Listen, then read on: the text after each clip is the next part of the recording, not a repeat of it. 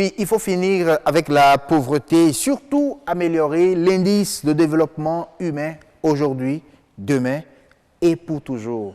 Pour moi, c'est ça la vision des objectifs de développement durable pour ce 2030, des objectifs à atteindre au nombre de 17, je pense, et beaucoup d'autres sous-objectifs qu'il faut donc découvrir. Oui, des indicateurs. Des indicateurs surtout. Bonsoir. Bonsoir, Moïse Sodokin, comment ça Bonsoir, va? Très bien. Ben, c'est un plaisir de t'avoir sur ce plateau pour parler des autres idées. Je sais que les jeunes font beaucoup et comprennent davantage qu'il faut aujourd'hui qu'ils participent à l'atteinte, bien sûr, qu'ils contribuent à l'atteinte de ces objectifs-là. Alors, dites-nous, est-ce que de façon globale, il y a une politique qui est mise en place pour permettre à la jeunesse de faire sienne les objectifs du développement durable? Merci beaucoup pour la question. Est-ce qu'il y a une politique qui est mise en place pour que les jeunes puissent vraiment prendre à bras le corps les ODD? Oui, il y a beaucoup de stratégies. Il y a beaucoup de stratégies qui sont recommandées au niveau des Nations Unies. Il y a une stratégie jeunesse qui a été élaborée par le nouveau secrétaire général au travers de l'envoyé spécial de la jeunesse. Oui. Donc, il y a une stratégie qui est recommandée, qui doit être implémentée dans chaque pays au niveau des Nations Unies. L'Union africaine aussi a une feuille de route pour la capture du dividende démographique, dit pas la capture du dividende, comme vous le savez, on parle d'atteindre des objectifs de développement durable, mais cela ne pourra pas se faire sans prendre en compte le développement du capital humain. Et vous n'êtes pas savoir qu'en Afrique, comparativement à d'autres continents, nous avons une population très très jeune. Il fait que l'investissement qui se fait aujourd'hui au niveau des politiques, au niveau des États, on n'arrive pas vraiment à voir le résultat. Donc il faudrait qu'on s'assure d'investir vraiment dans la jeunesse. Et l'Union africaine a recommandé quand même des piliers sur lesquels les pays doivent investir.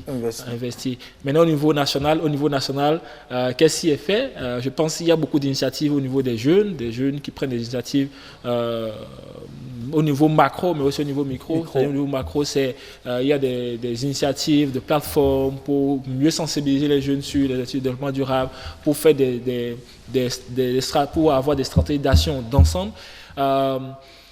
Mais nous pensons que nous pouvons faire mieux. Il y avait une politique nationale de la jeunesse, donc c'est un plaidoyer. Que cette politique que nous espérons et que nous attendons depuis très fort longtemps soit adoptée au niveau du ministère. Avec le nouveau gouvernement. Alors, beaucoup disent que les ODD pour 2030, que c'est surtout l'affaire des jeunes. Vous validez cette assertion?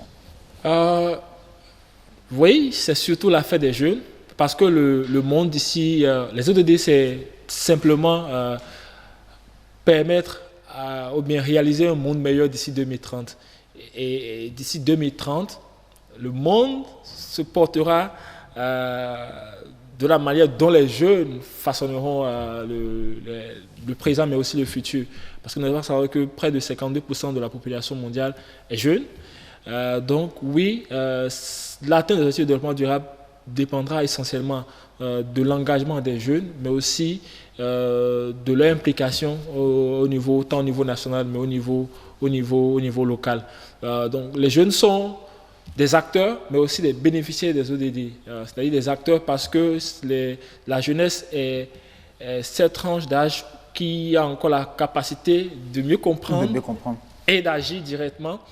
Mais ils sont aussi des bénéficiaires parce que d'ici 2030, ceux qui dirigeront le monde, c'est les jeunes d'aujourd'hui, ceux qui feront les sociétés, ceux qui seront des gouvernants, ce sont les grands de demain. Ce sont les grands de demain. Alors les grands de demain doivent préparer leur avenir. Et c'est pourquoi les Nations Unies martèlent énormément sur ça. Ne laissons personne de côté, et particulièrement les jeunes. Les jeunes sont vraiment le cœur des ODD.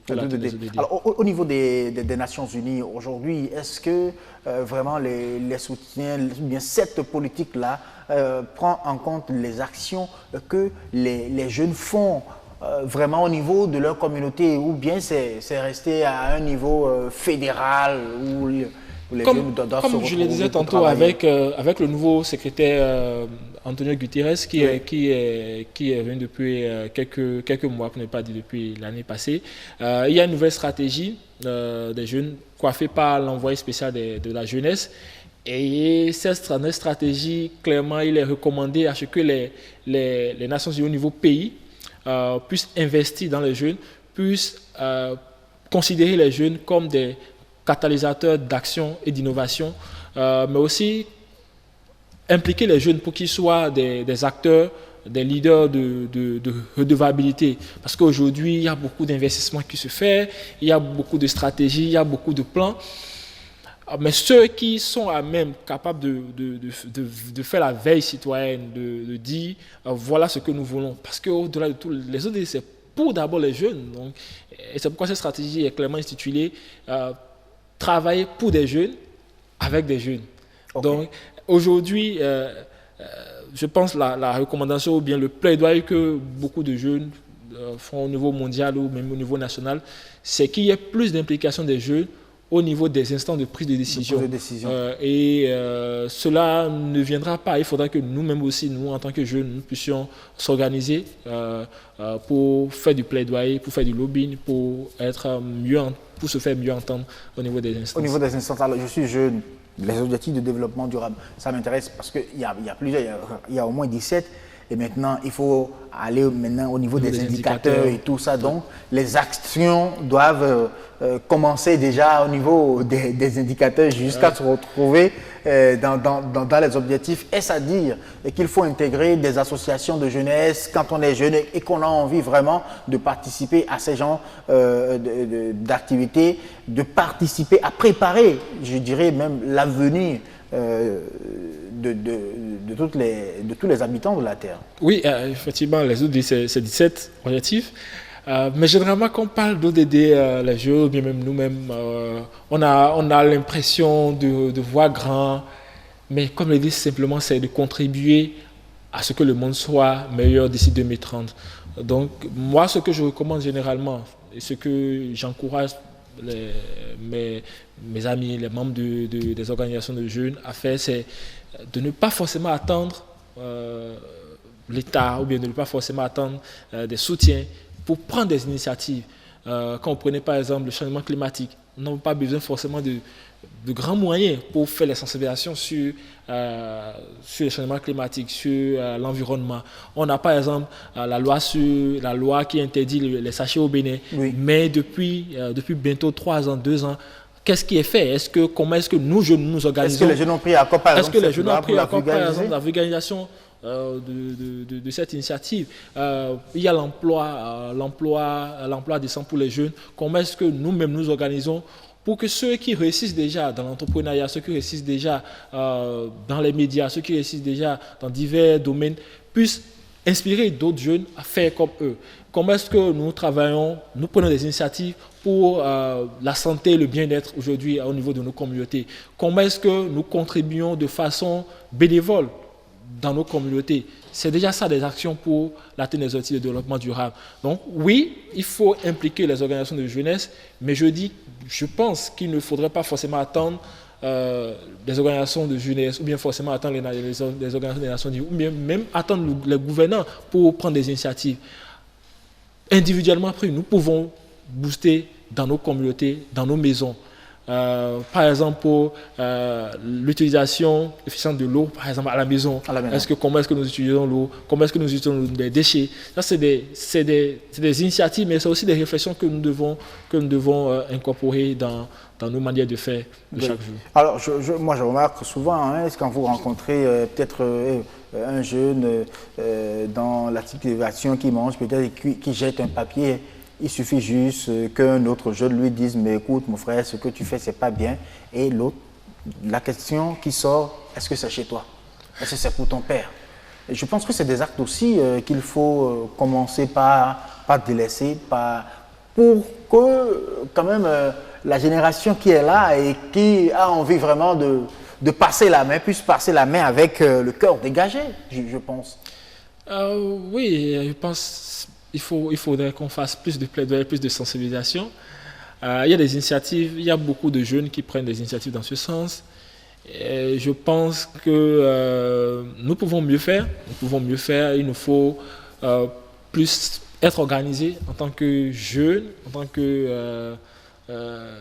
tant que poumon, je dirais, en tant que poumon de oui, alors du pays. il faut aussi, hein, pour pouvoir participer à l'atteinte des objectifs durables en tant que jeune, avoir quand même certaines compétences pour pouvoir davantage convaincre, pourquoi pas concevoir les projets, les idées, les transformer peut-être en projet ou en action. Il faut également des moyens pour pouvoir quand même mettre en œuvre ces actions-là. Moi plutôt, je pense qu'il faut des moyens pour dupliquer, pour aller à une autre échelle d'impact. Mais il y a des possibilités aujourd'hui avec le numérique, tout est accessible. La stratégie 2030 des Nations Unies, c'est sur Internet. Vous tapez stratégie 2030 des Nations Unies, vous aurez ça. La feuille de route de l'Union africaine pour la capture du vivant, c'est sur Internet. Vous pouvez taper sur Internet et retrouver ça. Comment faire un projet et s'inspirer. Comment travailler sur l'atteinte des ODD numéro 2, d'ODD numéro 3, comment travailler pour l'atteinte de l'ODD numéro 4. Si vous allez sur Internet aujourd'hui avec YouTube, avec d'autres outils, vous aurez assez de documentation.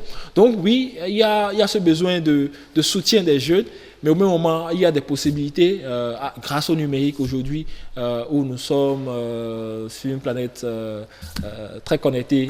Où, ici au Bénin, vous pouvez voir ce qui se fait au Togo, vous pouvez voir ce qui se fait aux États-Unis, vous pouvez voir ce qui se fait de bien en Chine et copier aujourd'hui. Et l'innovation, c'est pourquoi les Nations Unies reconnaissent, au-delà des jeunes, que l'innovation est un élément catalysateur qui pourra réellement contribuer à accélérer l'atteinte des objectifs de développement durable. Voilà. Merci beaucoup à vous. Je comprends donc que juste pour démarrer, commencer ces actions, vous pouvez aller sur Internet. Les informations existent sur Internet et pour vous permettre, pourquoi pas, de prendre votre part, de contribuer, bien évidemment, à l'atteinte des objectifs de développement durable. Et après, vous pouvez peut-être chercher des moyens pour passer de ce niveau de débutant à un autre plus grand, c'est ça. Si vous permettez, bien, je voudrais encore une fois juste en quelques secondes faire un plaidoyer pour l'adoption du plan stratégique de la jeunesse du Bénin.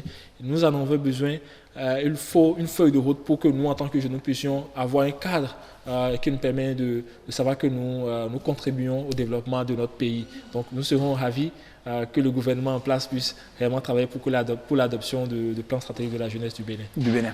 Merci beaucoup à vous. Merci. Moïse, merci pour ce plaidoyer fait en direct. Je sais que les autorités suivent également cette émission. C'était un plaisir. À très bientôt. À très bientôt.